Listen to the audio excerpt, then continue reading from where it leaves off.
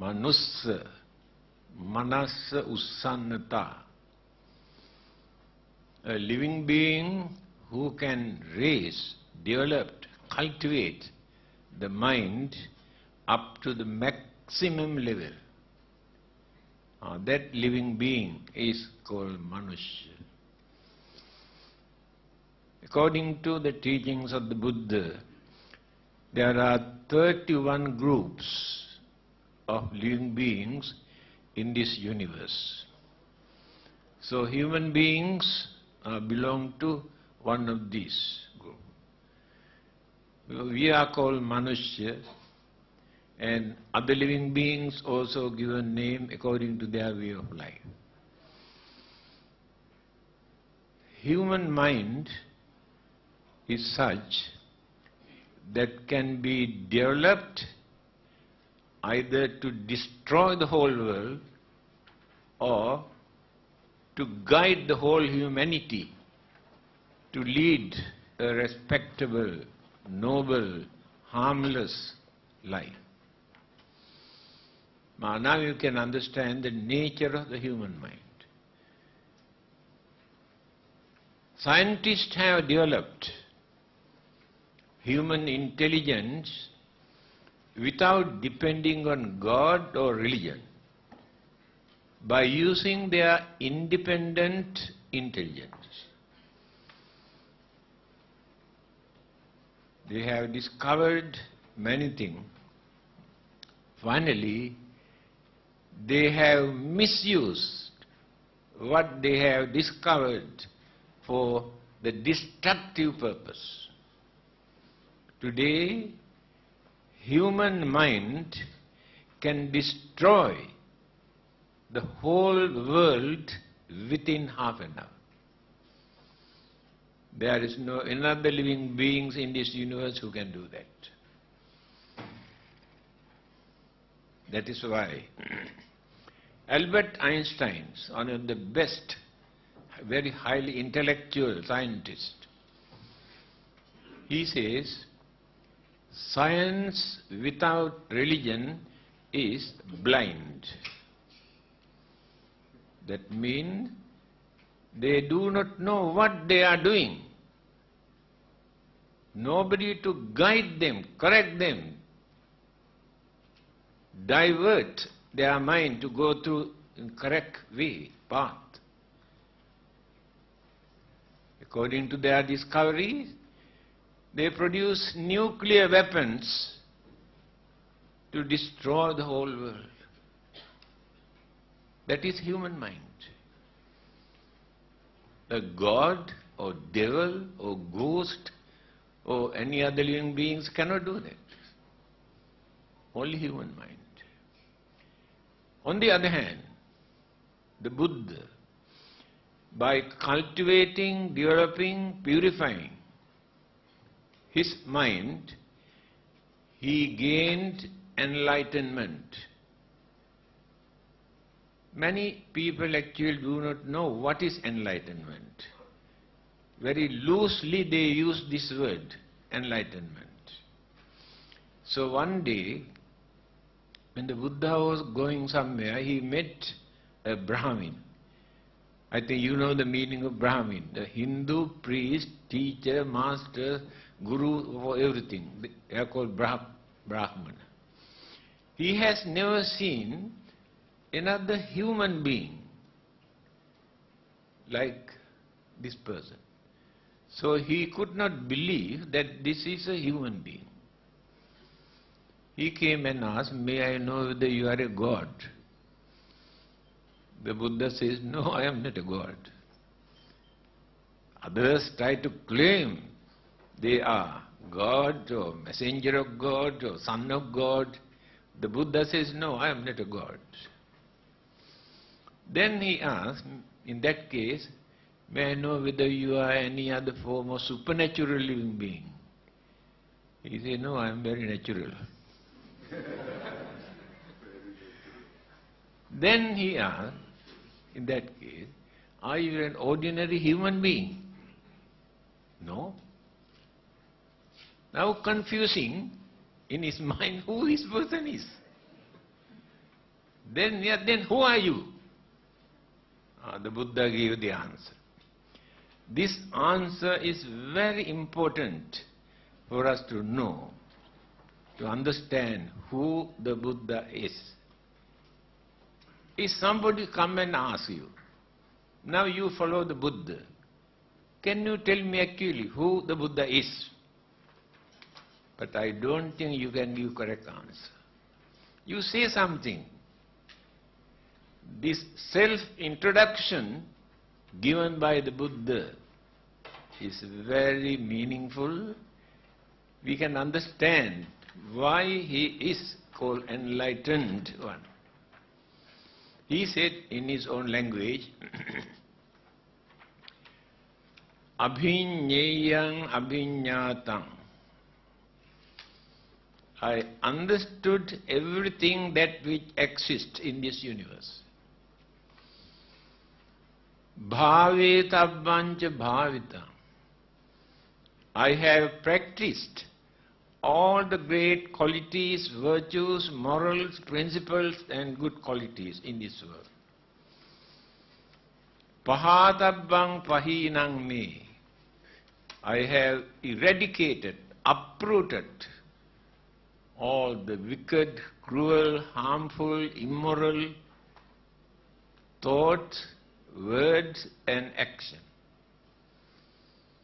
Tasma buddhosmi brahmana. Therefore, I am not a god, not an angel, not an ordinary man, I am the Buddha. This is the meaning of the Buddha or enlightenment. Buddha is not his name. Buddhi in Sanskrit, Pali languages means wisdom. Buddhi. Buddha means person who got that supreme enlightenment.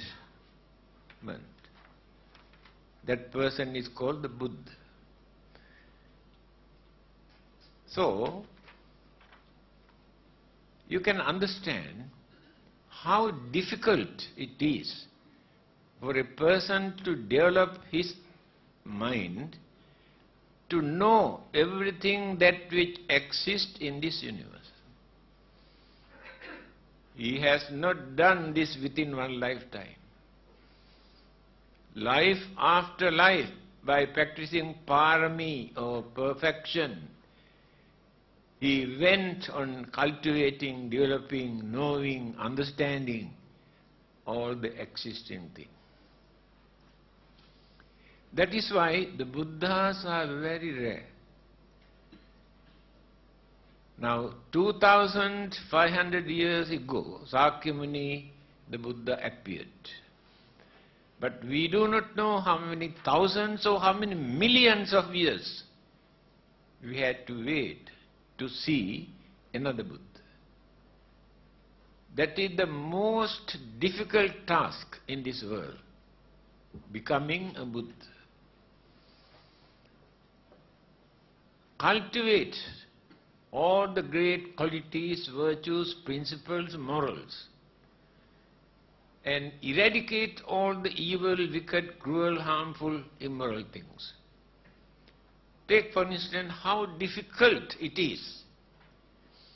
Now all of us have jealousy. Jealousy is very minor weakness. We know we never gain anything because of our jealousy. We create very bad atmosphere, we create enemies for nothing.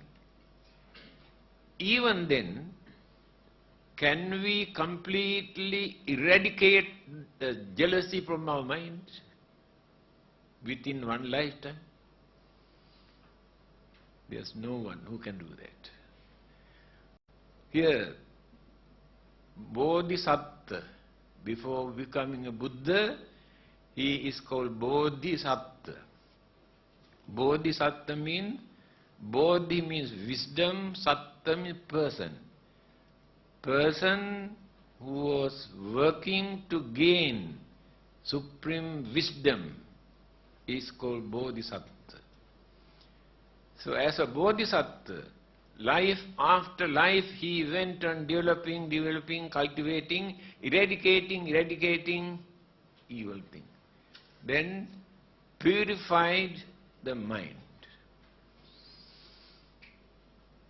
It is impossible for us to find out another human being who has purified his or her mind, can behave as cultured, understanding, kind, honest person. But the evil thought, the roots of the evil thoughts are in the mind. Circumstances, environment, temptation, irritation, flare up. One of those evil thoughts which are dominating in our mind. Therefore, it is not so easy to purify our mind. But he said his mind is completely purified. The purity of the mind and the supreme wisdom, knowledge, understanding, realization he had combined together. Then the brightness is there. In his first sermon, Dhammacakka Sutta, the Buddha says, Aloko udapadi, brightness arose in his mind that he never had before. In our mind, there is no brightness, because mind is in the dark. There are so many dark clouds around our mind. Greed, selfishness, anger, jealousy, grudge, ill will, all these are dark clouds moving around our mind. Therefore, mind is in the dark. That is why we cannot understand, we cannot see things properly. We create our own imagination, wrong concept, wrong belief, wrong ideas, because we cannot see the reality in life or anything that which exists. So the Buddha has done this. Then after gaining enlightenment, he advised. There were 60 Arahantas. Arahanta means those who have completely purified their mind. They are perfect saints. They are not enlightened. They are perfect saints. He said, Charata bhikkhave charikang bahujana hitaya bahujana sukhaya lokanukampaya atthaya hitaya sukhaya deva manusana. This is the first missionary religion in this world. Buddhism is the first missionary religion. After training these 60 Arahantas, the Buddha said, Charata bhikkhave charika. Now go forth, go out. Two persons should not go together. Individually, one by one, to spread all over the country. Bahujana hitaya, for the well-being of others. It is your duty to guide, to correct, show them the correct path, how to lead a respectable, harmless life. Bahujana hitaya. Bahujana sukhaya, for the happiness of others. Many people are worrying and crying and lamenting and whole day and night, not knowing what to do. But you must go out. and try to make them to understand the nature of their problems and troubles and difficulties that they are facing. Bahujana Sukhaya, Bahujana Hitaya, must have sympathy, kindness, compassion toward them and guide them to lead a respectable life. This is the mission that the Buddha wanted to introduce. He did not want to introduce a religion. He did not want to introduce Buddhism. He wanted to introduce how to lead a respectable, harmless, noble life. That is the main purpose of his message. Later, we have developed his message as a religion. If you analyze this word religion, actually Buddhism is not a religion. We lower the status of the message of the Buddha if we say Buddhism is a religion. What is the meaning of this word, religion? It is a Latin word, religio. Religio means binding. So when they created this word religion, they interpreted binding to God. That is religion. If religion means binding to God, we cannot say Buddhism is a religion. Why? Addressing those 60 Arhantas, Buddha says, Muttohang sabba pasehi ye dibba ye chamanusa. Now, all of us are liberated, released from divine and human bondages, fetters. Yeah? Binding, but Buddha says you want to release, not to bind them. That is the Buddha's message. But we are doing so many things in the name of the Buddha, in the name of religion, according to our way of life. Our culture, our traditions, our way of life.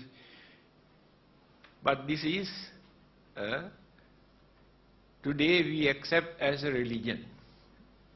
Anyway, just now I mentioned the nature of the human mind. If it is not guided properly, that human beings can misuse that intelligence for the destructive purpose. Because they have more jealousy, more greed, more selfishness, more anger in their mind when compared with other living beings. Others have very lesser degree of these forces. But human beings have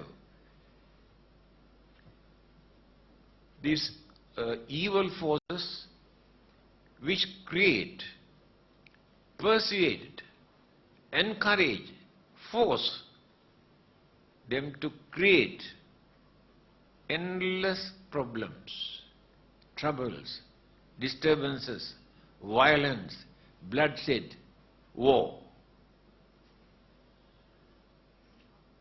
When the United Nations wanted to draft the Constitution, they have written, they have repeated what the Buddha has said. They do not know that. It is written, war begins in the human mind. War is not created by devil or ghost or God or anybody, but the human being. Animals never create war. Take for instance, few dogs start barking, attacking, biting each other today. After that they separate. Tomorrow when they meet, they are good friends. If animal had such battle, forever they keep this enmity. Small children, when they play, they fight and attack and scratch and cry, then come and complain to mother or father. Then they go and do something to console them. Slowly they separate. Next day when they meet, again they get together and play. They cannot remember that they had a fight yesterday. Here you can see the nature of our mind. We keep this in our mind throughout our life. Then the whole family members also join with them. This is the nature of the human being. So, main purpose of the Buddha's message, now you can understand. He started with right understanding, not with faith or belief. There is nothing to believe in Buddhism.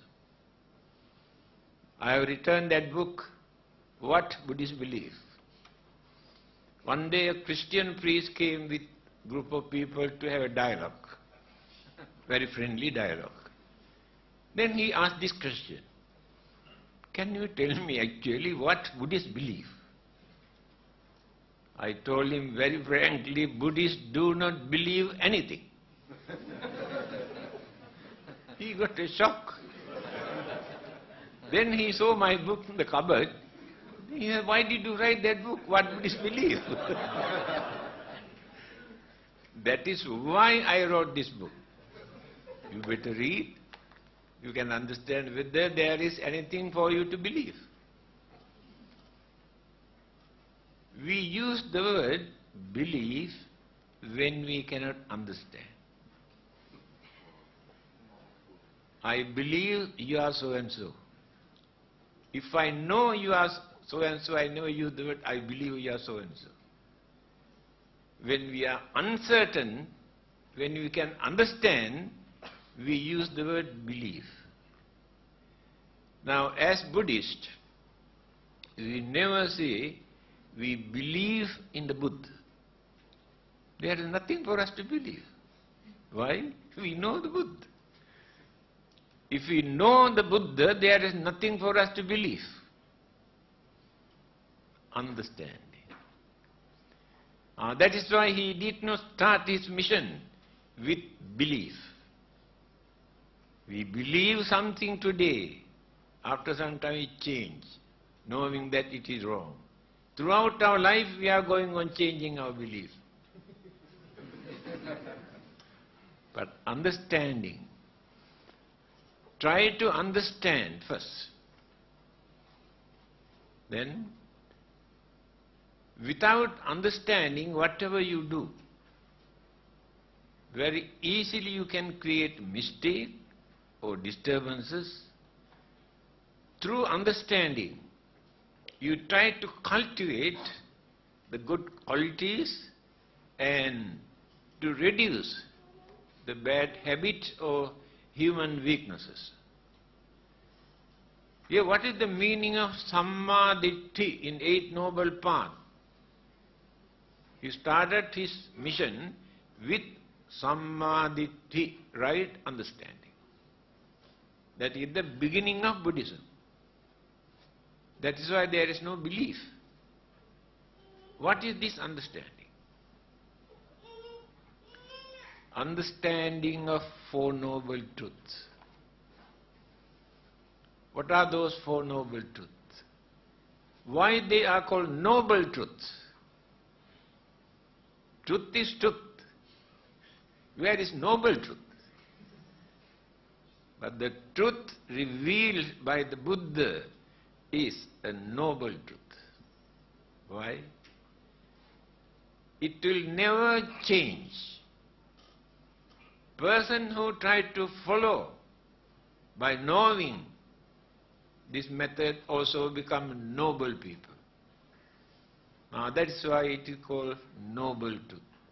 Four noble truths. What are those four? Dukkha, Samudaya, Nirodha, Marga. Four noble truths. Dukkha. Unsatisfactoriness in our life. How many times a day we experience unsatisfactoriness? Whatever we have, more than enough things we have, but always we experience unsatisfactoriness. This is the nature of our life. Dukkha. Samudaya. What is the cause of this unsatisfactoriness? We can blame others, we can accuse others, we can complain, but others are not responsible for the cause of our unsatisfactoriness. Our craving, our greed, our selfishness, that is the cause of our unsatisfactoriness. If the contentment is there, one of the best advice given by the Buddha for us to maintain contentment. What is contentment? This is enough for me. This is enough for our family. Then you maintain contentment. After that you do not develop jealousy, because you have. You have no jealousy when others enjoy their life. You are contented. When there is no jealousy, anger also cannot appear in that mind. If there is no anger, violence and bloodshed also never appear there. But started with that contentment. So simple, but we can avoid endless, enormous problems if we can maintain contentment. But our greed is so high, although we can possess the whole world as our property, but still cannot satisfy. This is the nature of the human mind. No contentment. So, unsatisfactoriness always appear in our mind due to our greed or selfishness or anxieties. Dukkha Samudaya. Then Nirodha. What sort of freedom that we gain by reducing this unsatisfactoriness? If there is satisfaction in our mind, there's no trouble, no complaint, no worries, no disturbances, because satisfaction is there. Why there is no satisfaction? We have trained the mind not to develop craving, our greed and so many other things. Then release. Mind is relaxing. That we call nirvana. Nirvana means complete freedom from unsatisfactoriness, physical and mental pain and sufferings and unsatisfactoriness that we are facing. Nirvana is not a place, not a planet, not a different world. We achieve, we gain. We cannot go to Nirvana. That word is wrong. I want to go to Nirvana.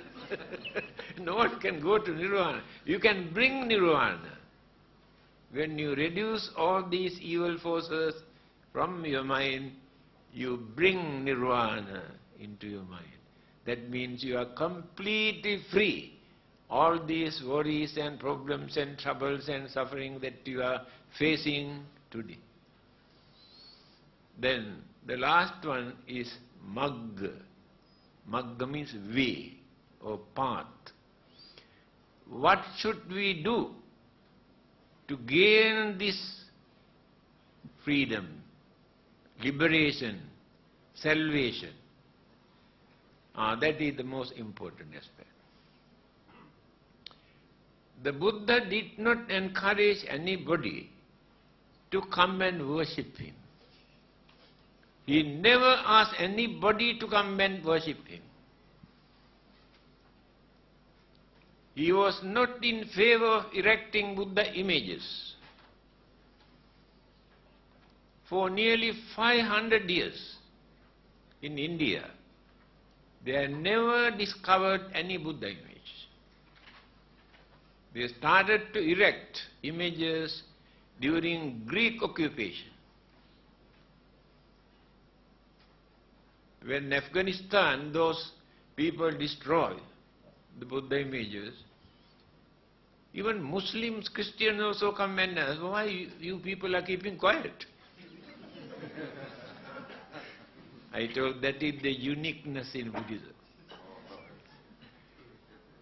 Just because those people have broken some stone there, why should we fight here and create violence and bloodshed?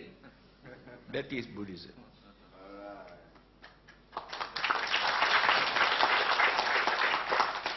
Again I told them, if people followed the Buddha, there is no image for them to destroy today.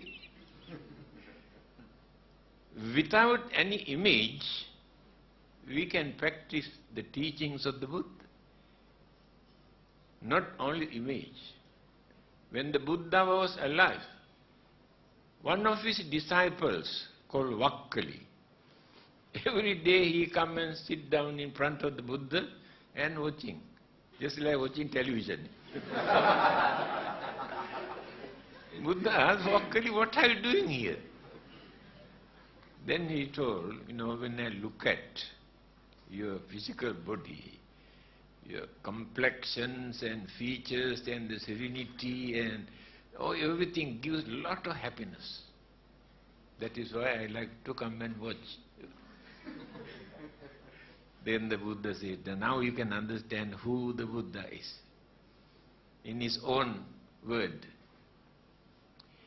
Kinte vakkali imina putikayena duggandhena sarire. Vakkali, by watching this dirty, filthy, impermanent physical body, what do you gain? Nothing. You entertain your emotion. That's all. You cannot see the Buddha by watching the physical body. There is no difference with the Buddha's body or your body or my body. Body is body. That is why Buddha says this dirty, filthy, impermanent physical body. What do you gain? Nothing. Yo dhammang passati, so mang passati. Then the Buddha said, if anybody want to see the real Buddha, try to understand the dharma taught by the Buddha. Through this dharma, through his teaching, you can create the real Buddha in your mind. All the others artificials. Real Buddha you can see. If you come to know what the Buddha has said, correct. You create the real Buddha in your mind. So, physical body, the Buddha had many sicknesses, suffer. But this body does not know this is the Buddha. So he had to suffer from various things. That is the nature of the physical body. According to Mahayana schools of Buddhism, they introduced 3 bodies of the Buddha, 3 kaya. Kaya means body. Sambhoga kaya, Nirmana kaya, Dharma kaya. 3 bodies he had. Although he had 3 bodies, he was not a busybody.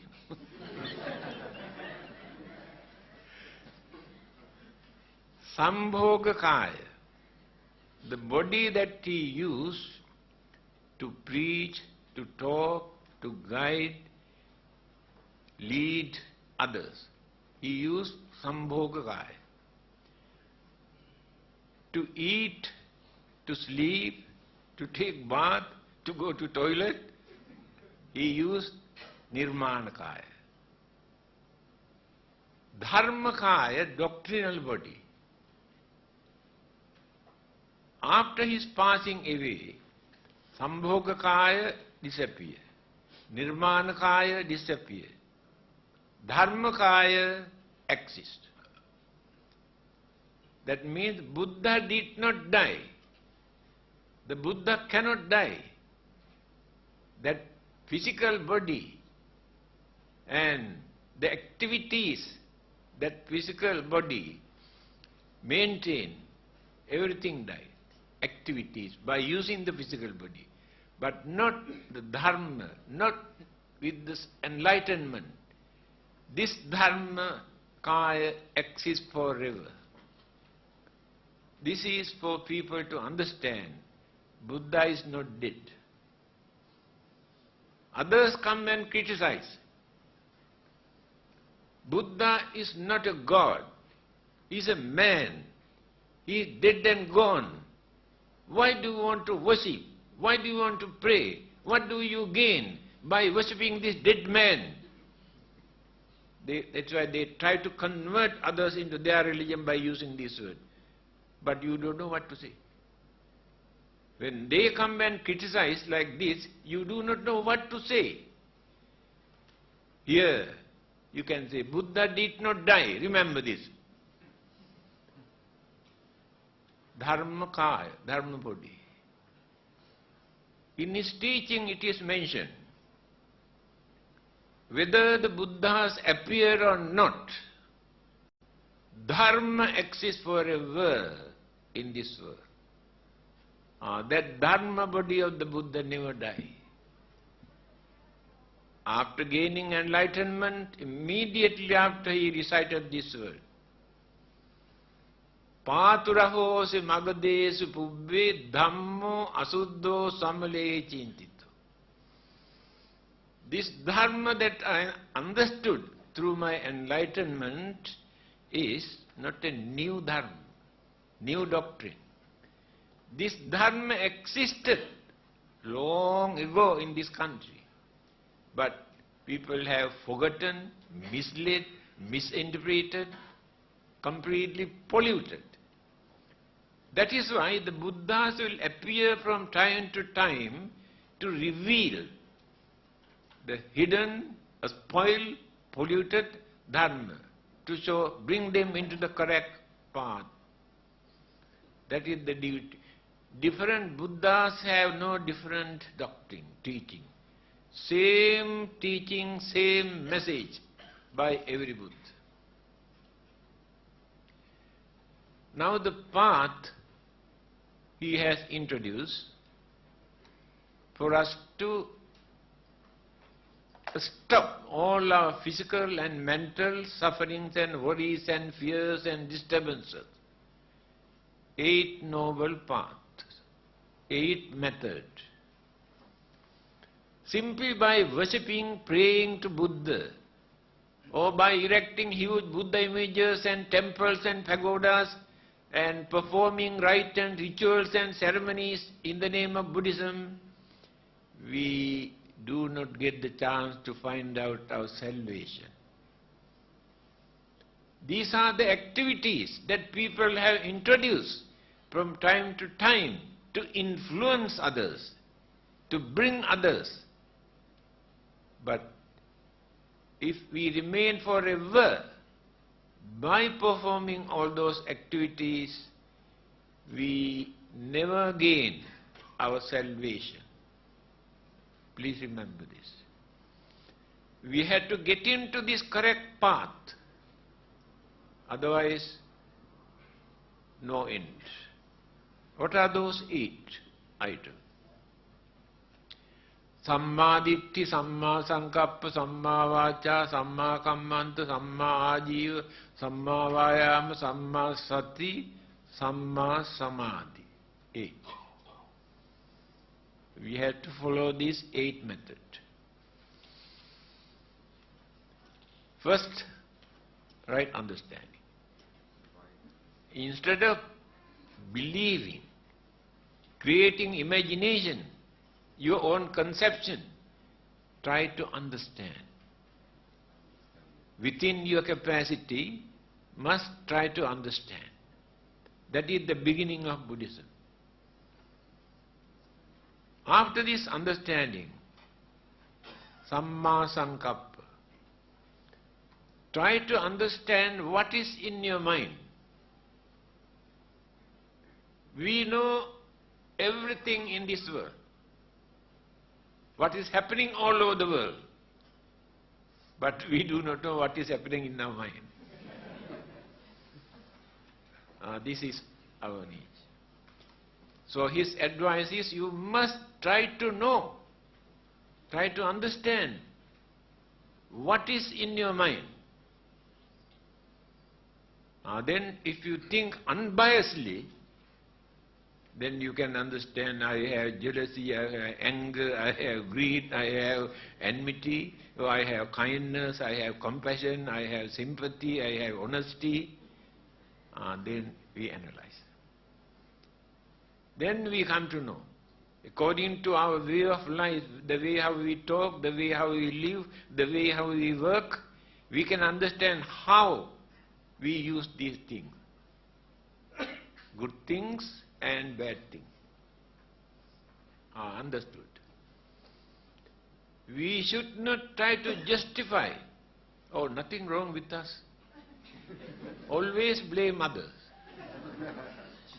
Our egoism, that egoistic idea, becomes the main cause of so many troubles and problems in this world. When there is a problem, violence, we always blame others, blame others. But when we investigate unbiasedly, I am also responsible for that.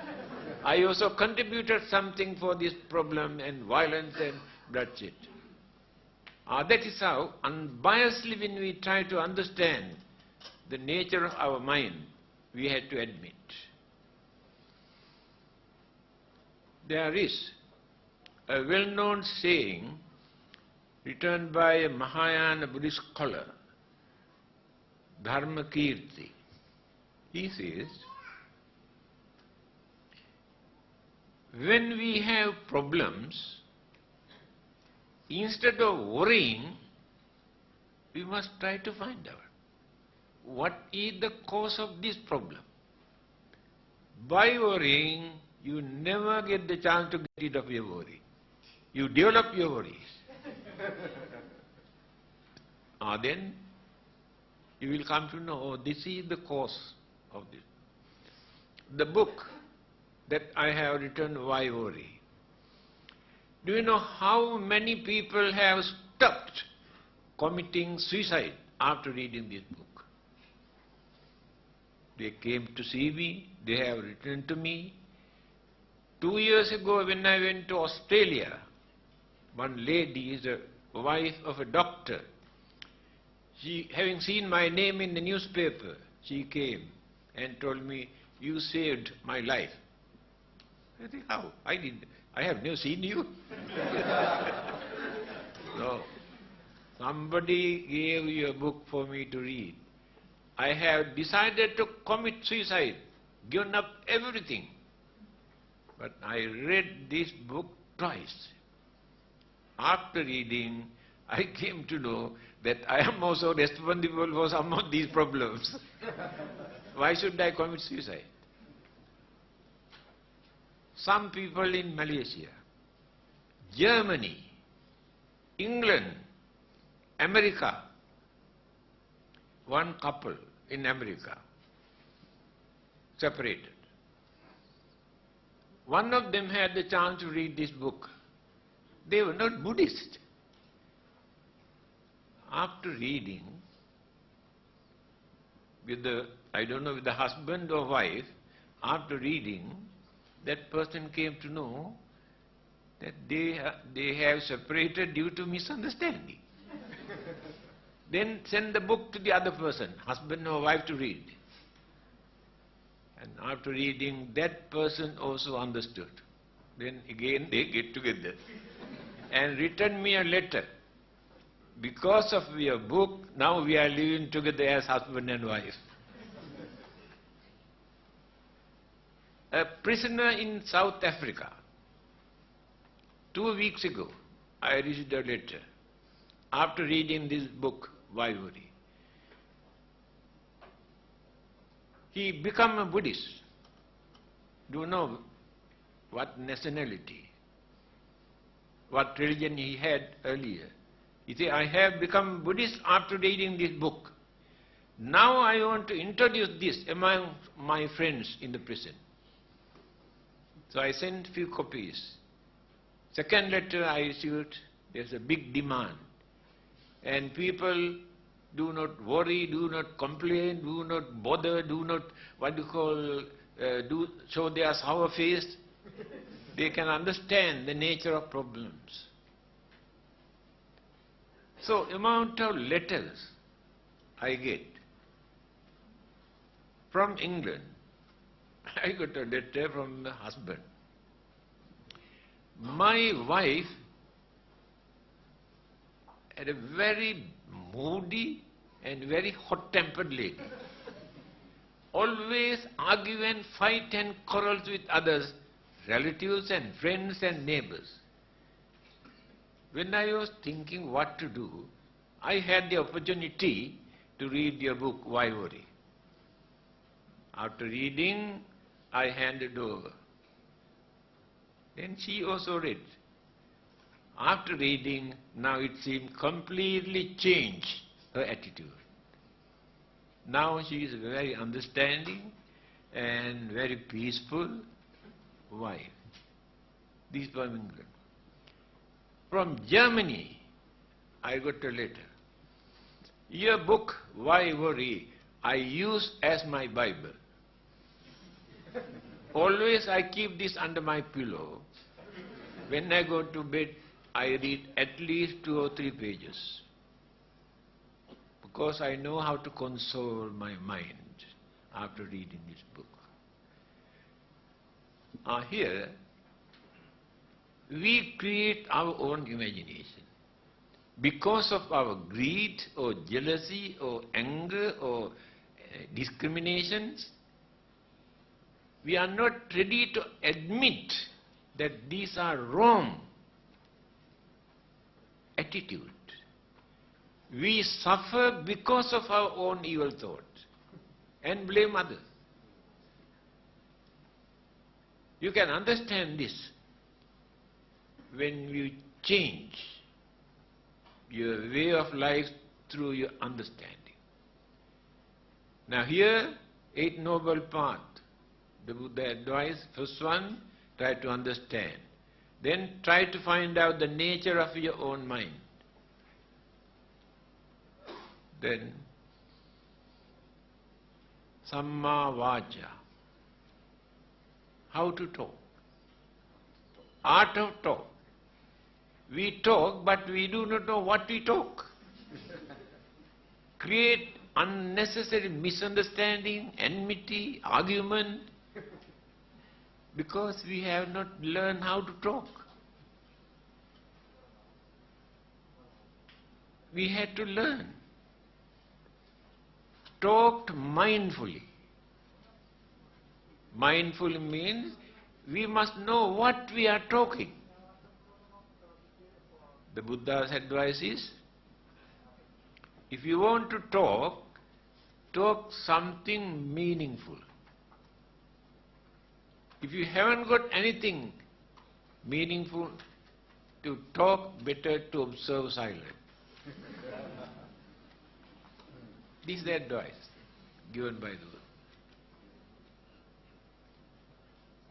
In Zen Buddhism, it is mentioned, those who do not know talk a lot. Those who know keep quiet. It is true. Due to lack of understanding, we are talking. Therefore, art of talking. Talk with mindfully.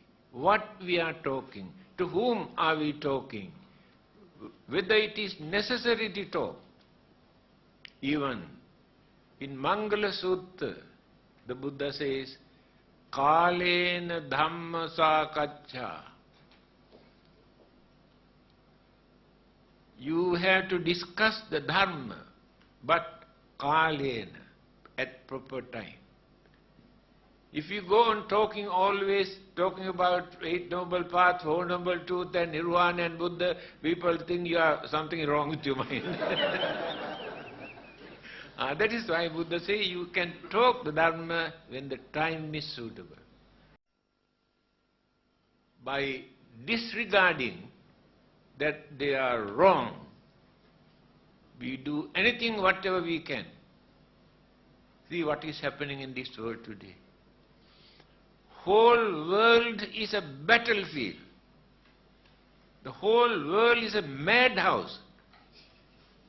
Human beings do not behave like humans. Animals in the jungle live peacefully. Because they follow the nature. Human beings have violated the nature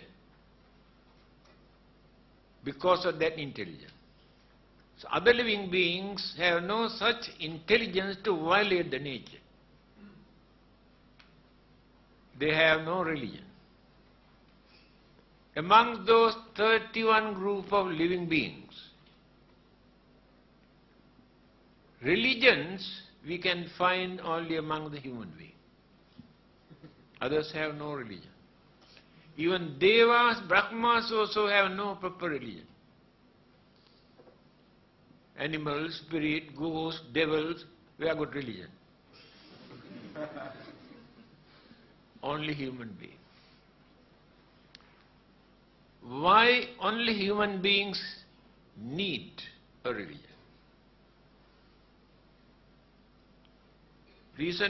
Last year we had the interreligious discussion in Kuching. Christian, Hindu, Buddhist, Muslims and Sikh, 5 speakers. Then somebody asked one question. Who created religion? Whether created by the man or given by the God? Christian, Muslims, Hindu, Sikh, all these 4 speakers wanted to escape answering this question. They asked me to answer the question. Then I knew they want to escape. If one of them said created by the man, then lot of argument.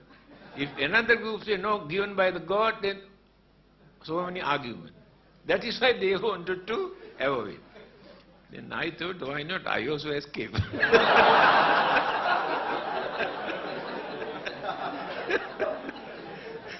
I said, if I am going to answer this question, it is like this. Which comes first, with the egg or chicken? If you answer this question, then I can answer it.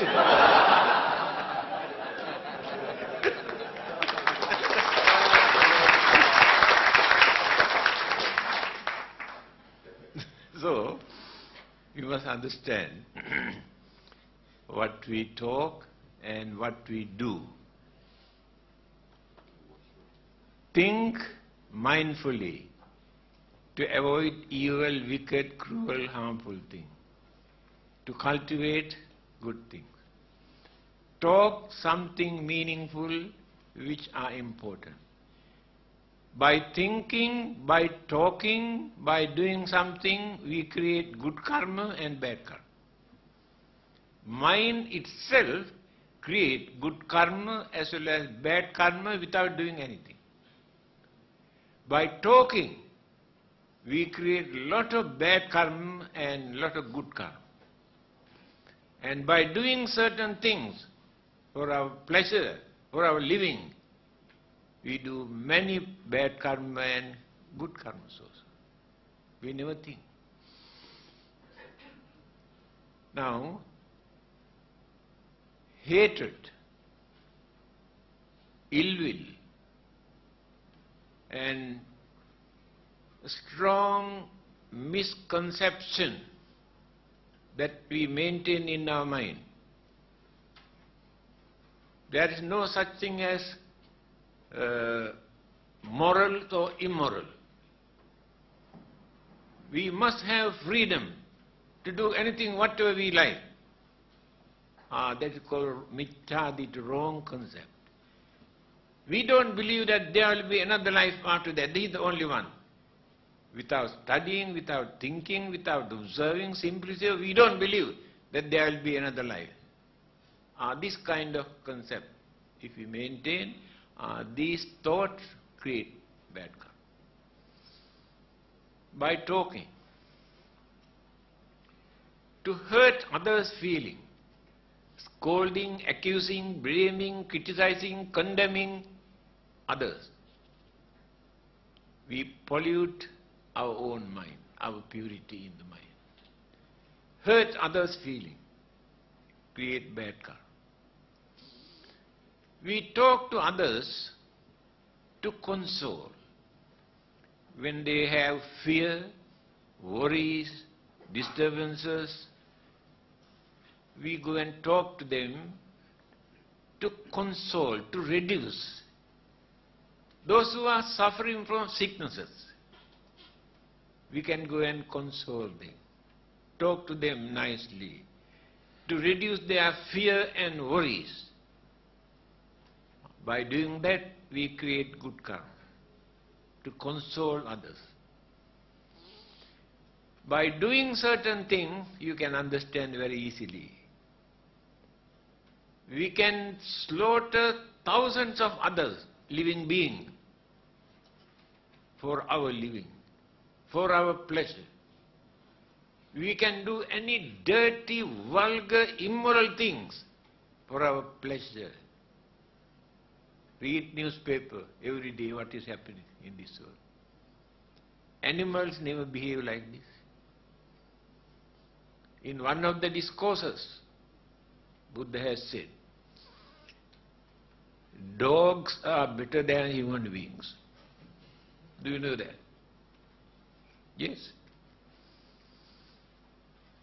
Male dog never disturb female puppies.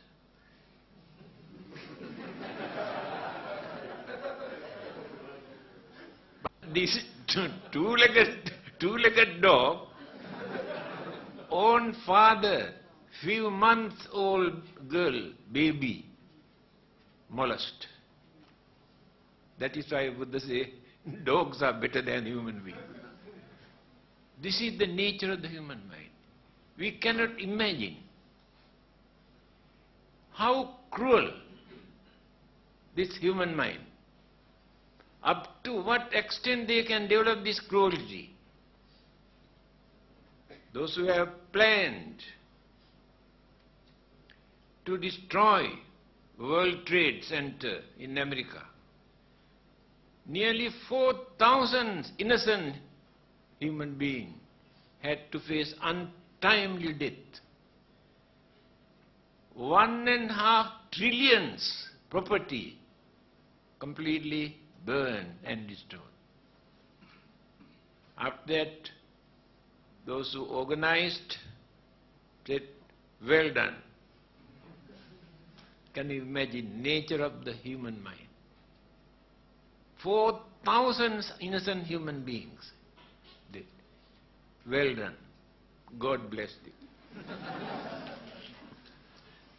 Now, there's a big problem. Heaven is fully packed. Yes. No. All those who destroy the followers of other religions are in heaven. Fully packed. That is religion. Now, this is the nature of the human mind. Now, that is why we must know what is in our mind, the nature of our own mind.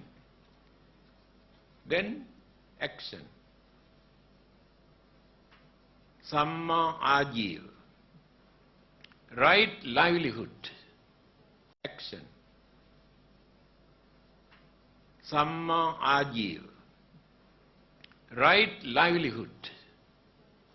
For our living, for our survival, we do certain trades, certain business to make money. Yes. There are 5 things Buddha has mentioned. Goes against the right livelihood. What are those 5 things? Now, you rear animals by selling to gain an income. Whether chickens or pigs or cows or any kind of living being, you rear to make money. It is not right livelihood. Again, you want to do the business by selling meat. You go and order the slaughter chickens or pigs and sell, make money. Not the right livelihood. You want to make money by selling poisons that people use to destroy others' life. You can make money by selling dangerous weapons, even time bomb or suicide bombs. It is not a right livelihood. You can make money by practicing slavery. Practicing slavery means by selling living beings or human beings. It was a very big business at that time. They catch innocent human beings, bring them into the market and sell. Are still going on. They catch children, innocent girls, carry them here and there, make money. Slavery. These are the 5 things Buddha has pointed out. It is against the right livelihood. If you want to go to the correct path, you must try to avoid, keep away from these 5. Samma ajiva. Samma vayam, right effort. Not by using your body, your mind. You had to strengthen your mind when evil thought appear in your mind. Train your mind not to do that.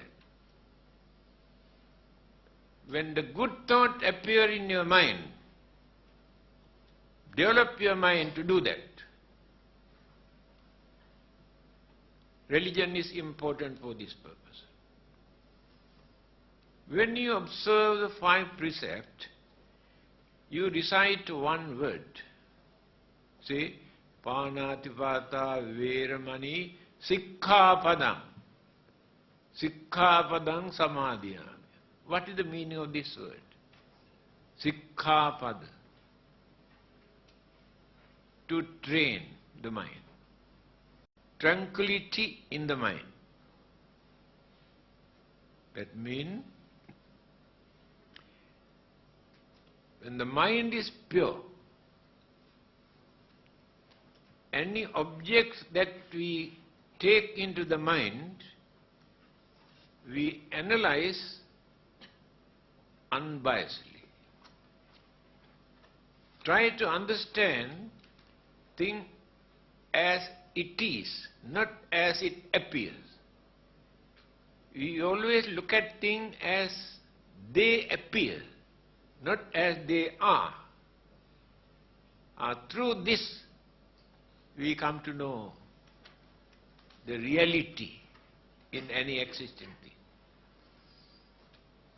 That is why the Buddha says, Yang kinchi samudaya dhammang sabbantang nirodha dhammang. Dhammacakka Sutta, the first sermon. If you can concentrate on this, you can avoid so many problems and worries and disturbances that you maintain. What is the meaning of this? If there is anything that which come into existence, yang kincha samudaya dhamma, component thing. What are the component things? Element, energies, mental energies, all combined together. Then the life or the things, the planet or the sun and the moon, things come into existence due to combinations of these elements, energies. But sabbantang nirodha dhamma. But all those things that come into existence never remain forever, without changing, without decaying, without disintegrating, dissolving. That is the universal law, not created by any God or any Buddha or Bodhisattvas. Universal law. All these things now exist in this universe. You think they remain forever like this? No. Changing, decaying and disintegrate. The component thing join all together, element and energies. The binding factors, energy start to loosen after some time. Then slowly, then elements and energies cannot agree. Then confusion, then trouble. Changing, decaying, dissolve, disappear. If we can understand this, yang kinchi samudaya dhammang sabbantang nirodha dhammang, dhammacakka sutta. The whole universe, that which appear, they appear due to the combinations of elements and energies. And of course scientists have discovered so many things, new kind of energies. Electron, neutron, proton and nuclear, they have produced by using these energies. Beside this, the Buddha has mentioned only 4 elements. Nama and Rupa joined together. What is Nama? What is Nama? Apanama. Not that Nama. What is the meaning of Nama? My dear friend, you are meditating, you are learning, you do not know the meaning of this word Nama.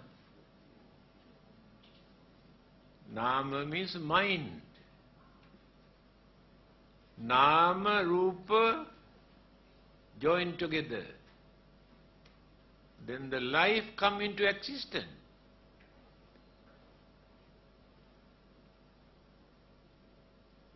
Rupa, what is Rupa? Anything that which is subjected to decay. Rupa. through the influence of external energies. Rupa. Now this is Rupa. Combinations of elements, energies, but subjected to decay and dissolve, disintegrate, due to external forces and internal elements and energies. Heat, wind, water and internal elements. Slowly, slowly, slowly decay. Therefore it is called Rupa. Nama, namang namana lakkhanam. There is nothing here in this world, the Buddha says, that we can compare with the human mind. Nahang bhikkhave anyang eka dhammampi samupassami yathaidang bhikkhave chittang. Chittang means mind. He said, I have never seen any other kind of energy in this universe that which runs so rapidly. Namang namanalakkana. Change. So this Nama and Rupa, mind and matter, that means elements and energies. Combined together, the whole universe exists. That concentration, that understanding appear in the mind, completed the journey. That is the mission introduced by the Buddha.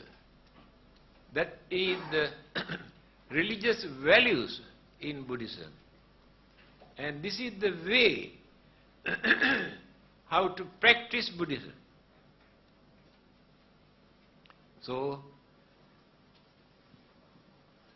as long as greed, hatred, ignorance, these three evil roots exist in our mind, we cannot live without fear, without worry. Greed creates fear and worry. Hatred creates fear and worry. Ignorance creates fear and worry. A Deva came and asked this question. Anto jata bahijata jata jatito bada. Here we have enormous problem, internal, external problems. We do not know how to overcome these problems. Ask the advice from the Buddha. The Buddha gave the answer. He said, Sile patittaya naro sapanyo chittang panyancha bhave. If anybody want to get rid of their troubles and problems and worries and disturbances, there are three things to do. First thing, sile patittaya. Try to uphold your principles, your precepts, your morals. By violating these things, whatever you gain, whatever you do, you never become, will be free from these problems. You must have some sort of principles. That is the first thing. Sile patittaya naro sapanyo. Chittang panyancha bhave.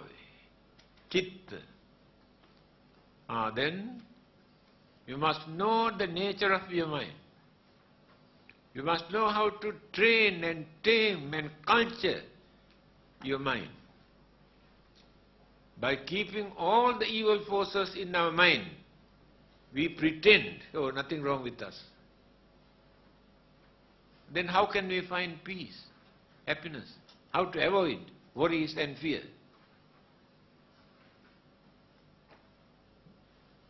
Panya. Panya means wisdom. Wisdom means clear understanding. Only these three things. First, you must try to uphold your principles, your morals, your ethics. Without doing that, you cannot get rid of this problem. Then you try to train and tame your mind, knowing evil forces and your duties that you have to do. Last one, when you go through this, you gain real understanding, wisdom. After that, no trouble, internal, no external, everything is settled. But without doing anything else, we want to gain peace and happiness and everything from heaven. Just now I mentioned, I think I did not explain the United Nations Constitution. Did I explain? War begins in the human mind. At the same time, peace also must come from the human mind. That I told you, they are repeating what the Buddha has said. People pray and worship, asking peace from heaven, from God. We are fighting and quarreling and killing, we go and pray, come back and again kill. And ask the peace from heaven. That is the way how they practice religion. Mano pubbang gama dhamma. Have you heard this saying of the Buddha? In which book? In very popular Buddhist book. Mano, first line. Mano means mind. Mano pubbang gama dhamma. Double A. Mind is responsible for all the good and bad things that which exist in this world. Human mind is responsible for all these good and bad things that exist in this world. Not because of God or devils or spirit, but human mind. There they have written there. War begins in the human mind. Therefore, peace also must come from the human mind.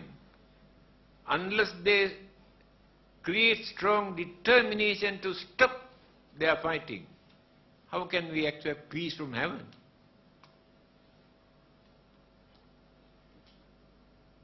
They are asking peace from heaven, asking from God. We are not against God. Few weeks ago, I was invited to attend the birthday of Archbishop, Catholic Archbishop. All the religious groups were there. After speaking few words, all of them say, God bless you. After speaking few words, I say, may the Buddhist God bless you. So one day, I met Bishop Pinay. Sometimes I joke with them, I say, God bless you. Then he, where have you got God? I say, you do not know, we have Buddhist God. That is the Buddhist attitude towards God. Don't say we don't believe in God. Our concept on God is different. You must never say you don't believe in God. One day we were invited to attend the International Islamic Conference in Kuala Lumpur. As soon as we entered into the building, a group of people from another country. I think they had never seen a Buddhist monk in their life. Straight away, come and ask, do you believe in God? I said, why not?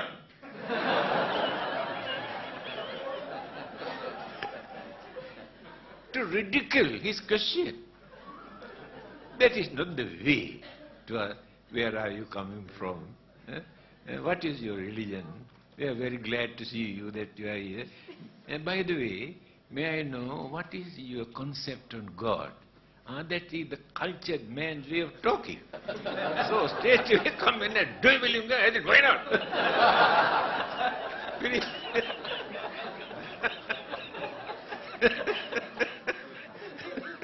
You must know how to deal with all these people. What is the time now? It started at 8:30, isn't it? Why not we give time for them to ask questions? Thank you, Chief Reverend, for a very enjoyable and, I'm sure, beneficial talk. I now open to the floor for questions. For the benefit of those sitting at the back, can you please relay your question through the mic? There are 3 mics provided on the floor. As time is limited, we have roughly about 20 minutes left. Can I have the first question now?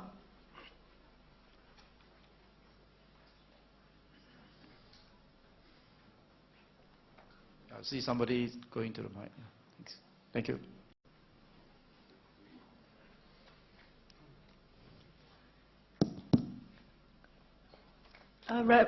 Venerable, actually I have, I think, questions which I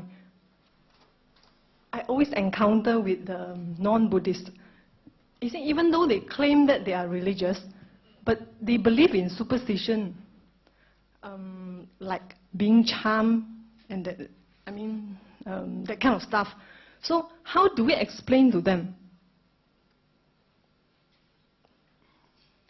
Do you know, every day I am facing this problem. How many people approach, sometimes very old ladies, sometimes 80 years old ladies also, come and I think someone has charm for me. I say, ask for what purpose? This belief I have seen very, very deeply rooted in this part of the world, Malaysia. Because there are 3 groups, Malays, Indians and Chinese. Malays learn from Chinese, Chinese learn from Malays, Malays learn from Indians. So many superstitious beliefs. So it is very difficult for us to take out this from mind. And sometimes people come with sour face and crying and worrying, Reverend, I have one big problem. Then I say, you are very fortunate. You have only one problem. We have so many problems. Then he start to laugh. Then I can go on talking. So when he goes out with smiling face, he goes out. You must know how to talk according to their knowledge, education, understanding capacity. To some people, whatever we talk, no effect. Then what we do? All right, don't worry. We give something. You better keep this with you. This will protect you, nothing will happen to you. Very happy. That is the technique, you know. Simply by talking, we cannot. Now, if immune system in our body, any amount of medicine what we take, no effect. Exactly like that.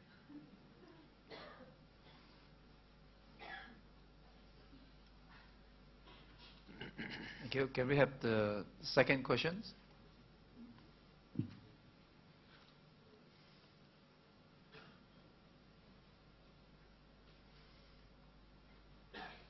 I'm sure everyone here, a lot of worries and fear.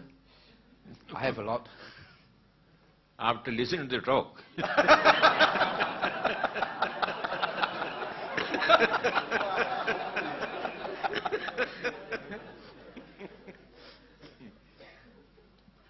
Yeah, that's a question. Good evening, Reverend.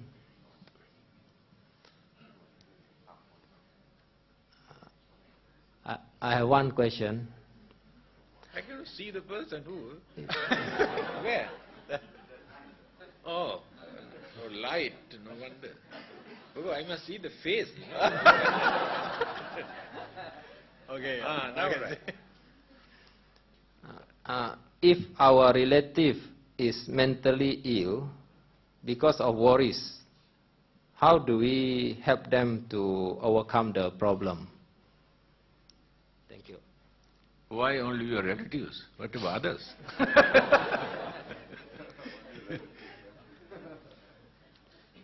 Many people are facing this kind of problems, but we had to deal with them, handle them according to their understanding capacity, how far they can understand things, whether they can understand what we are going to talk, or if they had no such possibility, no point of talking or advising, then try to adjust another technique. There are various ways. So, I told you, worries and fear and suspicions are natural. But some people increase by taking very seriously. One incident, some people take so seriously into their mind and worry and get angry. And all the others never take seriously, just neglect. They have no worries, no fears. So it depends how we take things into our mind. That's what we have to develop our understanding. So, we cannot console. The Buddha could not control some of his own disciples who was staying with him. Devadatta, very cruel, very wicked, very jealous disciple related to the Buddha. Throughout his life, all the advices given by the Buddha, he did not accept. No one can change the mind by force. No one can change the mind of another person. Impossible. The Buddha also cannot change. The Buddha could not change the mind of Devadatta. He could not change the mind of Channa, another disciple, very stubborn. When the Buddha was about to pass away, Ananda came and asked the Buddha. Channa became a very arrogant and very stubborn disciple of the Buddha. Ananda came and asked, now please tell me, what are we going to do with this man when you are gone? The Buddha said, you must give him capital punishment. Do you know what is capital punishment according to the Buddha? No one should go and talk and invite him for anything. Because way of life at that time is not like today, 2,500 years ago. They had to depend on each other for their survival, for their food, for everything. Now everybody is completely neglected this monk. After a few weeks, he realized it is due to his mistake that they treat me like this. Then understanding appears. See the technique given by the Buddha. Therefore, whatever advice that we give, we cannot change others' mind. One person cannot change another person's mind, but can give ideas or method or technique to think and understand and change. Now, after listening this talk today. Some people say, actually you have to listen, that Reverend who gave a talk created anger in my mind. Some others say, oh, he created a lot of happiness in my mind. You are wrong. I cannot create that. After listening to me, you created that in your mind. Your anger or happiness, you created in your mind. I cannot create in your mind. Therefore, if people are not ready to listen, by talking we cannot do anything, but there may be so many other techniques, the method. Thank you. Any more questions? We still have 10 minutes more.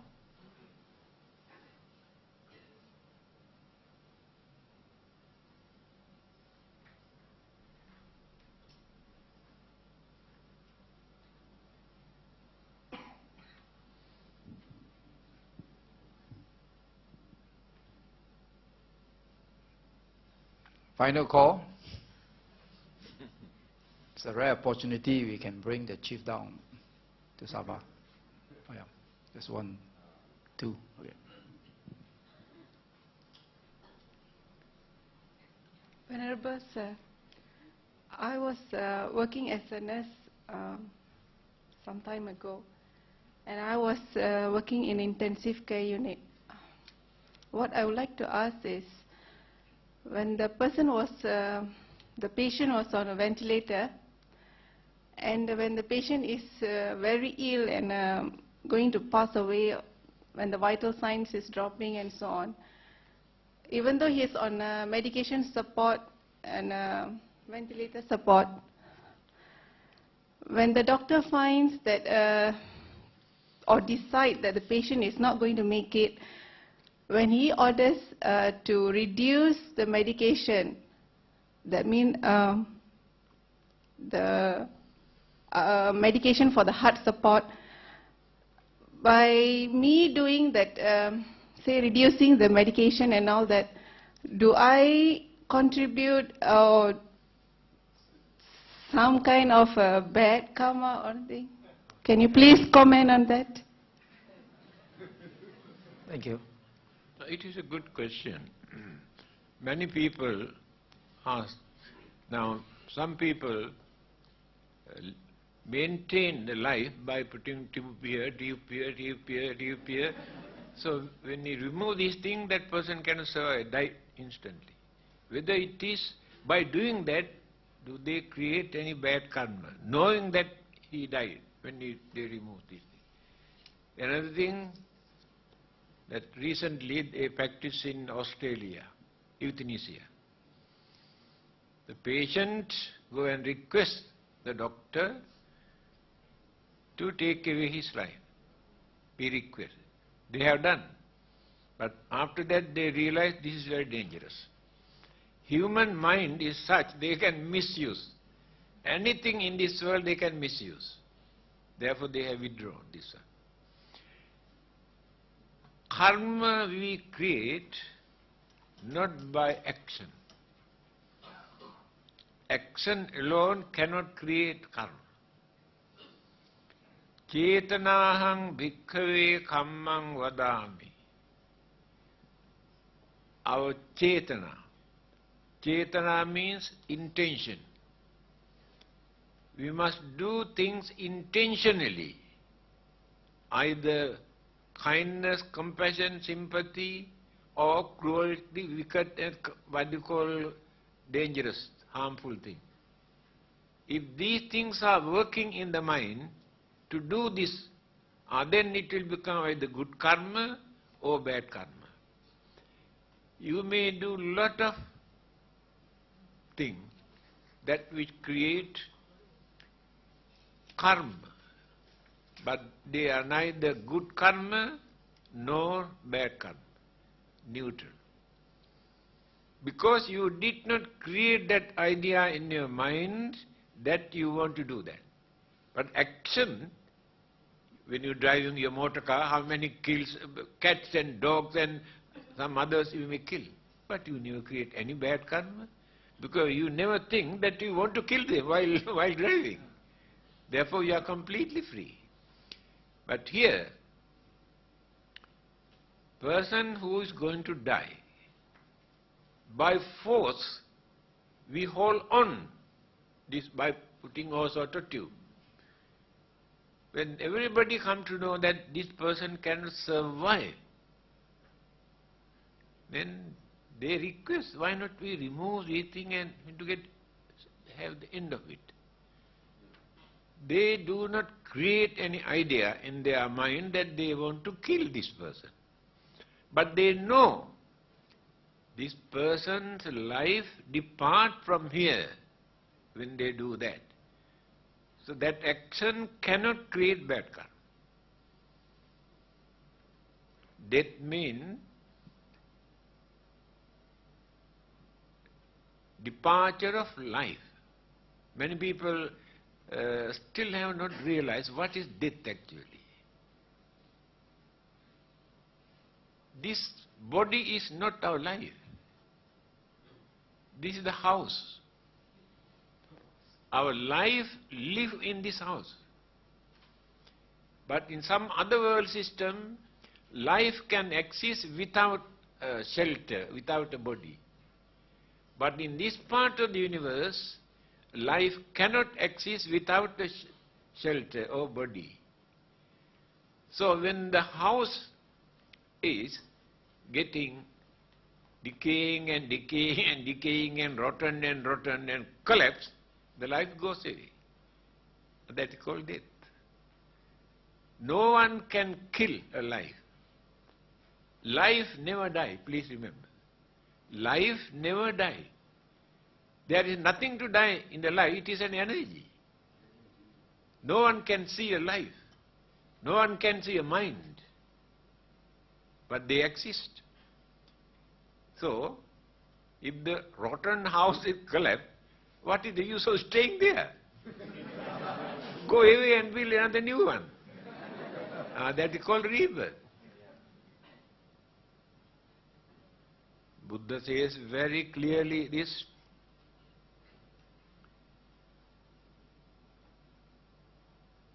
Viññānaṁ mātuguchismiṁ okkamati. That departed consciousness with avidya, trishna, karma, upadana, bhava, with these 5 mental ingredients in the mind. That is life. Other religionists use another word, soul, because they could not understand the real meaning of consciousness. We can explain what is consciousness, what are the ingredients, what are the energies in the consciousness. But this English word cannot give real meaning of the word used by the Buddha, Viññāna. In Pali, Sanskrit language, there are 42 words to explain the nature of the mind.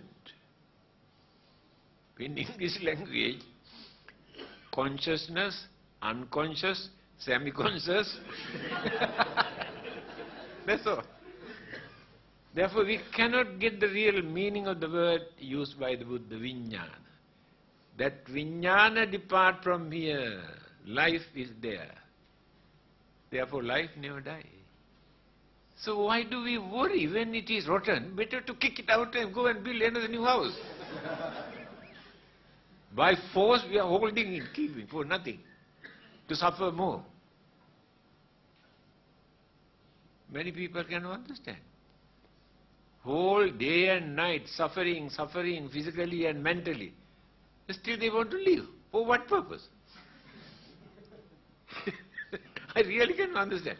When your passport is expired, my dear friend, you have to renew the passport.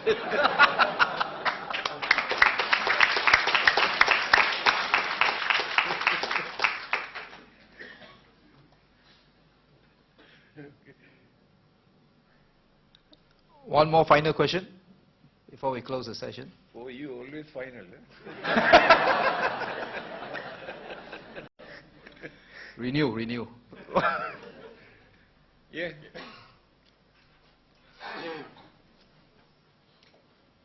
Venerable, I want to ask a question on diet, that is a vegetarian diet. How important is it for our behavior? Because I was told if you eat meat, you'll be fierce as a tiger.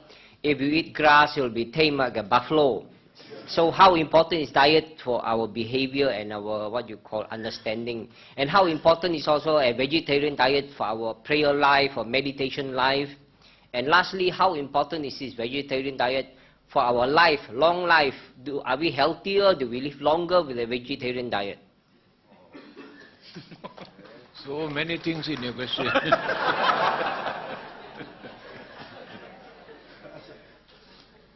Do you know Devadatta, who tried to kill the Buddha, was a vegetarian?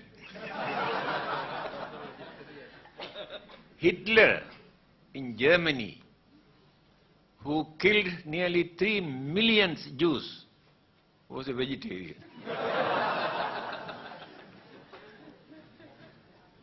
The Buddha and Jesus, both of them have made one statement. I mentioned this in one of my publications.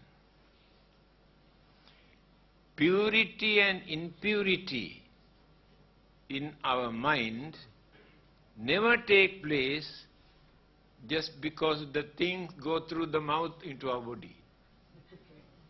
But the thing come out from our mouth create all these things. This is the Buddhist attitude. But today people have realized vegetarians maintain healthy life. I know very well, for 4 years I spent in northern India with Hindus. They are pure vegetarian for thousands of years. And all these modern sicknesses that people are facing today, they have never heard. They are free because they lead normal life, they eat normal food, they follow according to nature, they are free. So, it is true. If we keep away from flesh, take natural food, you can have a pure mind also, no guilty feeling in your mind. But by taking what we eat, from the religious point of view, we cannot say the person is pure religious or not. With the vegetarians or not, if the mind is pure or dirty or ugly, it is up to individual. No, the Buddha has never given this advice to the monks, should not eat meat or fish.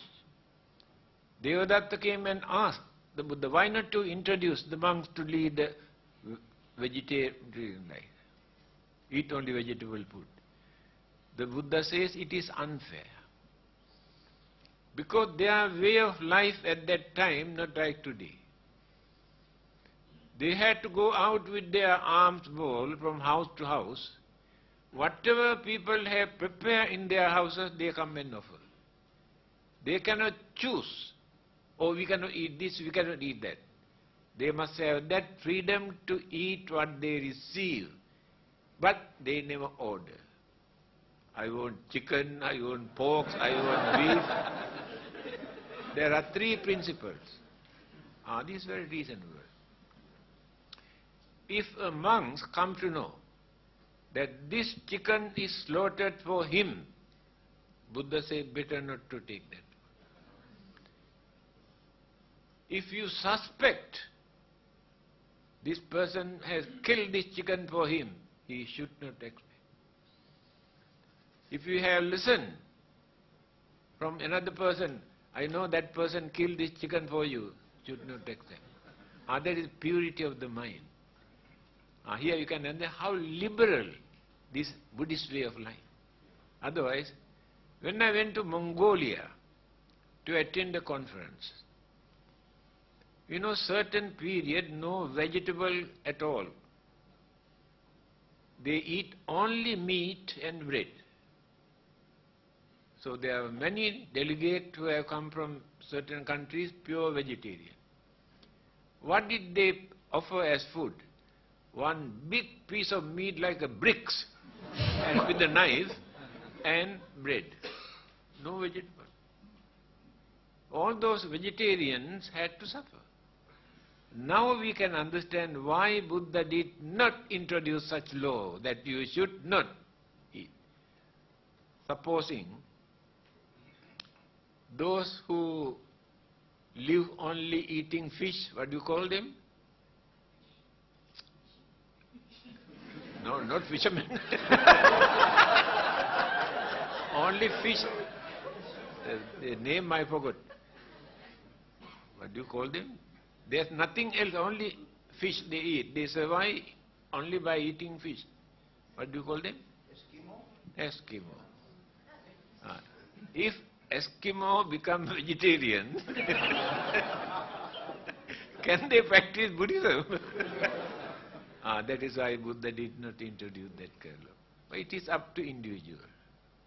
If you think it is nice and this and you, okay, go ahead, no problem.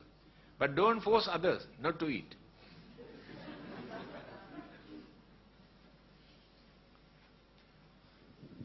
Your final one. Thank you, Chief Reverend.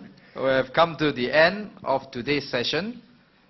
Tomorrow there will be an informal question and answer session on Buddha Dharma again with Chief Reverend to be held in the KK Zeying Temple from 8 to 9:30 p.m. It's also free and open to all. Those of you who still have questions to ask on tonight's lecture, or maybe in the dreams tonight, may do so at tomorrow's Q&A session. So once again, on behalf of everyone here, thank you very much, Chief Reverend, for sharing with us this very beneficial lecture. I'm sure all of us now know that we cannot live without fear and worries. But we have all learned how to lessen our fears and worries after hearing Chief Reverend's lecture. So on behalf of the organizing committee, thank you to you all for being present here tonight and for your audience, for your attendance, and for being a wonderful audience.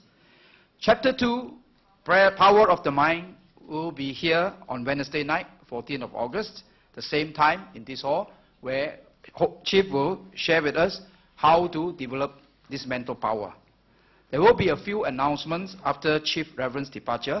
Please. Sabba sanghanubhavena sada suttivantu te nakhattayakha bhutanang papaggaha nivarana parittassanubhavena hantva te sangupadve yandun nimittang avamangalancha yochamanapo sakunasraddo papaggaho dusupinanga kantang Buddhanubhavena vinasamentu, Dhammanubhavena vinasamentu, Sanghanubhavena vinasamentu, Dukkhapatta nidukkha, Bhayapatta nibhaya, Sokapatta nisoka, Hontu sabbe pipanino, Sabbe buddha balapatta, Pacchekanam chayang balang, Arahantanam ca tejena rakhang bandhami sabbaso. Sadhu, sadhu, sadhu. Good health and peace of life to all of you. Thank you. And one bow.